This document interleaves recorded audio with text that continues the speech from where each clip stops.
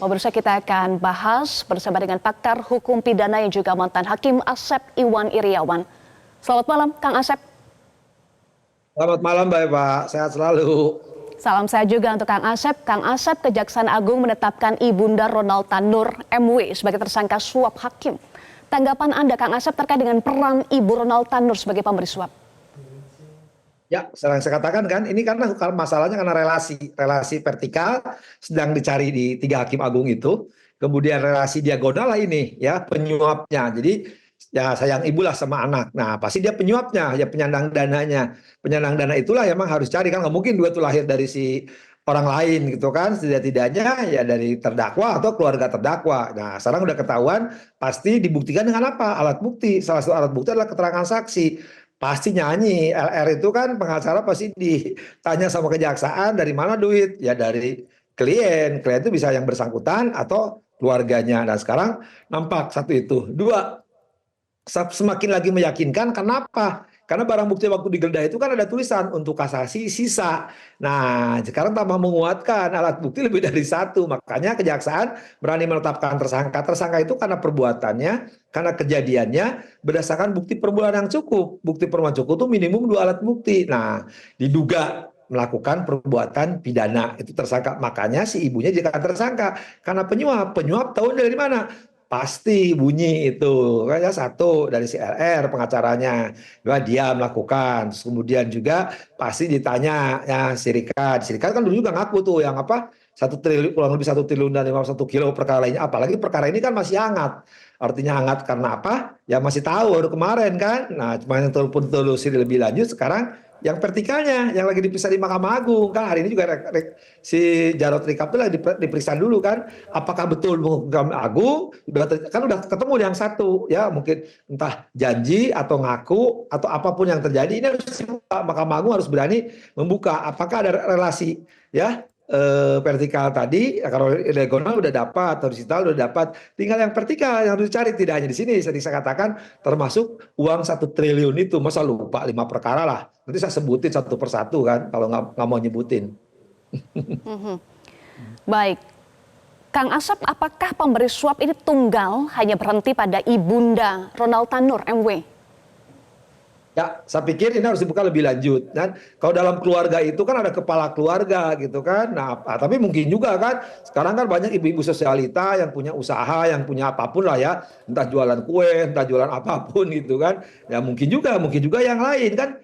Nah, apakah nilai yang kemarin 20 M itu ya kalau tadi kan 1,5, 5 gitu. Nah, sisanya dari siapa lagi? Artinya diagonal ini tidak berhenti dari ibunya. Jangan-jangan ada pihak lain inilah tapi ini gampang kok saya kira kita apresiasi lagi ya ke Kejaksaan Agung pasti Kejaksaan Agung dengan mudah kok ya cuman mungkin ya Kejaksaan Agung lagi banyak netapin tersangka sekarang lagi musim gitu ya bersama dengan musim hujan mungkin jadi harus berbagi gitu artinya berbagi nah gimana nih nyelidiki dengan kejadian ini semua terbongkar tapi saya kira maaf ya dengan segala hormat harus tugas puncak keadilan itu kan ada di Mahkamah Agung. Sering saya katakan di dalam teori hukum itu tapir mengatakan boleh semua berantakan, tapi kalau hakimnya benar, aman kok semua. Masalahnya nih, hakimnya nggak benar gitu kan dari Surabaya. Nah, jangan-jangan juga yang di Mahkamah Agung dan sebelum-sebelumnya. Ini harus dibuka gitu kan. Kalau Mahkamah Agung 1 triliun dong. Kalau kemarin ada 400 miliar, yang baru cuma 8 miliar, oh lebih gede di 1 triliun. Nah, 1 triliun harus dapat prioritas. Kejaksaan Agung setidaknya kan jaksa-jaksa terbaiknya diturunkan khusus untuk ini dibagi, jangan semua dikuasai. Sebenarnya kan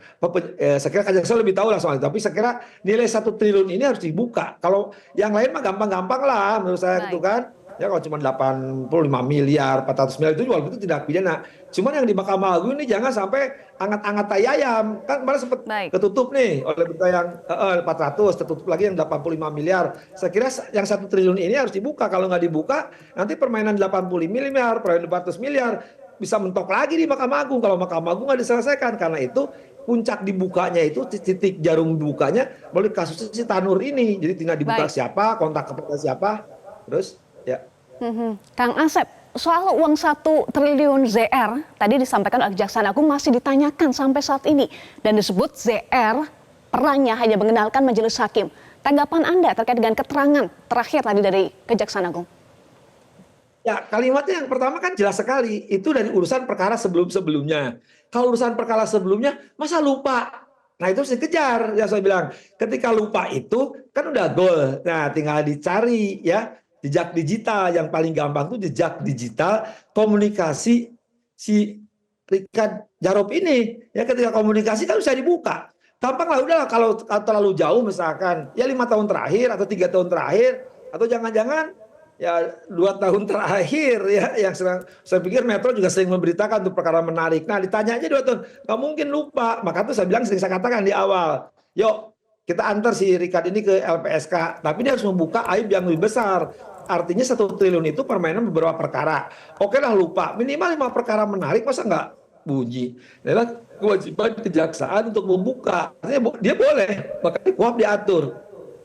Keterangan Baik. tersangka terdakwa hanya berlaku bagi dirinya. Makanya kewajiban penyidik itu jadi penyidik untuk mencari tindak pidana ini dengan full bucket pengumpulan barang bukti dan alat bukti. Ketika Baik, pengumpulan alat bukti dan barang bukti itu salah satunya dengan tadi jejak digital, dicari aja 5 perkara masakan. Jadi HP-nya dia pasti ketemu kok.